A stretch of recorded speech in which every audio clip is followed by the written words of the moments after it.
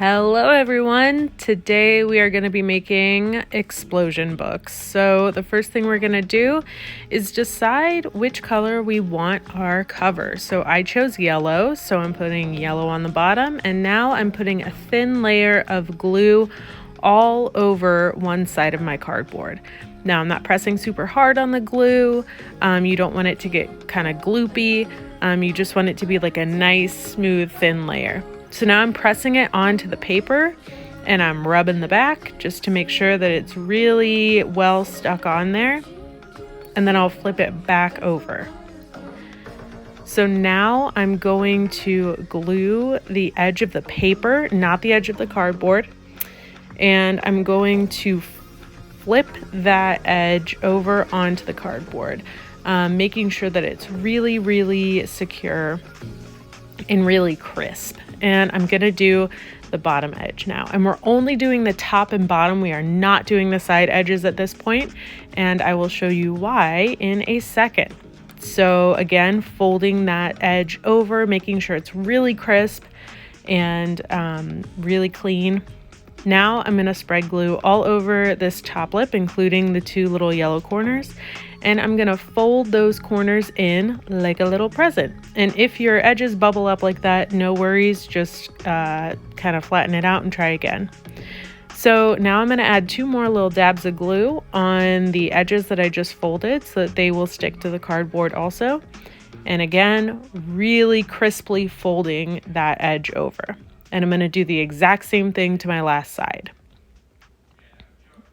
Spreading the glue on, folding up the present,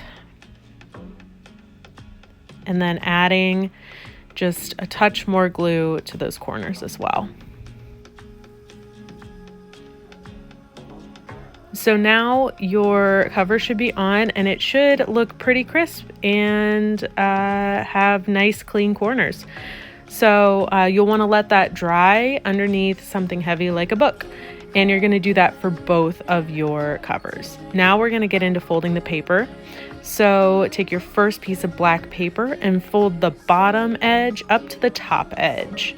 So there's no hot dog or hamburger folding when you have squares, right? So there's just, I guess, plus sign and X folding. So we're going to fold a plus sign in this paper. So now we're bringing the other two edges up together to form a kind of plus sign. Now this part is important. When you put the paper on the table, it needs to be with the peak pointing up towards you, so kind of three-dimensional towards you. Now you're going to turn it so it's like a diamond and fold the bottom corner up to the top corner. And now this next part is really important too. You need to pop the middle in, just like that. Pop the middle in so you can fold it into a little square. And if that was confusing, it's all right. It's the first time you're trying this, so just pay attention to what I do here. So exact same thing as before, making the plus sign, and then making sure that the paper is three-dimensional towards you and folding up that bottom corner to the top corner. Now popping the middle in, and we can fold it into a little square. And then you guessed it, last piece, exact same thing. So by this point, you are an expert. You could teach anyone how to do this. You could do it blindfolded. You could do it with your hands behind your back, folding the plus sign in the middle, making sure those edges are matched up, getting a nice crisp fold there, making sure that it is three-dimensional towards you, and folding the bottom corner up to the top corner.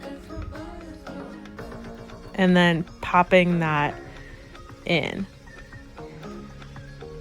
Great. So now you should have your three pieces of paper folded like this, and you want to set them in front of you so that the folded edges are on the top and bottom. Now turn the middle one away from you, and you can kind of see how these edges are going to interlock to form the pages of our book.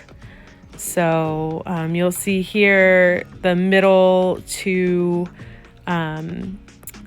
corner pieces are going to sit on top of the two side pieces. So you can go ahead and get your glue ready for this first piece here. You're just going to spread glue all over one of the square edge pieces there. Next, you are going to interlock that with one of your other pieces and smooth it down so that they stick together. And again, please remember, we're not using a ton of glue. It's just a very even, smooth layer of glue. I'm not pressing very hard. So I'm going to do that exact same thing using my last piece of paper. I'm going to spread glue all over one of those square edge pieces, and I'm going to glue it to the other square edge piece of the middle piece of paper. So now you can see we have the pages all done, and you can fold them all up into one small square. So you can set that underneath something heavy to kind of flatten it out. So now you should have your two cover pieces and your pages. And you should also have a piece of string. So you want to go ahead and grab that string and find the center by touching the two end pieces together and grabbing the middle where it loops. And then you're going to want to take just a small piece of tape and tape it down about in the middle of one of your covers. It doesn't have to be super precise. We can always trim up the strings later if they're too long or if they're not even. Now you're going to go ahead and put glue on one side of your pages. And you definitely want to glue the pages and not the cardboard for this. You don't want to glue your cover first, because if you kind of use too much glue, or if you get glue where the pages are not going to be, you run the risk of gluing your book together, and you don't want to do that. So try to center your pages as best you can inside of this first cover. And then you're going to glue the other side of the pages. And this part is important. You want to line up the two cover pieces so that they are completely straight across from each other. And this is just so that your book closes neatly and looks nice and neat and put together. So now you should be able to tie your book closed, and once it's dry, you should be able to open and close it like that. And you can put it under something heavy to dry to keep it nice and flat. So now we're going to work on our painting part. But before we do that, we're going to make a viewfinder for our painting. So take the 4x4 piece of cardboard that I've given you and trace that onto this half sheet of paper. And you're going to want to cut the square out of the half sheet of paper. I've also trimmed off a little bit of the paper at the bottom of the half sheet as well. So you just want to go ahead and try to keep your lines as straight as possible and as precise as possible as you're cutting this viewfinder out. And this is just going to help us when we're looking at our abstract paintings. It's going to help us kind of isolate certain parts of the painting to find interesting compositions within our larger composition. This is just a tool that helps us see things a little bit more clearly. So now that you have your viewfinder, go ahead and get your painting and start looking for interesting moments in your composition. So we're looking for things like movement, we're looking for contrast, we're looking for emphasis, just any kind of points of interest. So I found this area here that has these interesting lines and some cool movement. So now I'm going to trace that area with my pencil.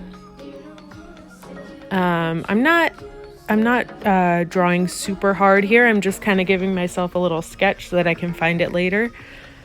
And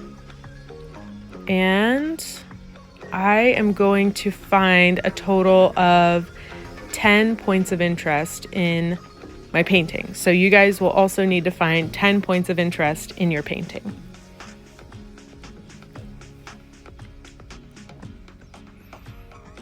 And I found another one here. This one has some really interesting lines and colors.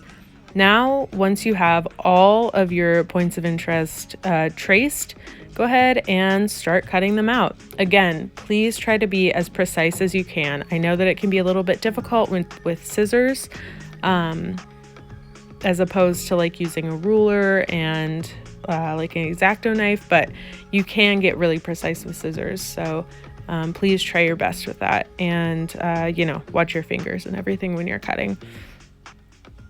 All right. So once you have all of your squares cut out,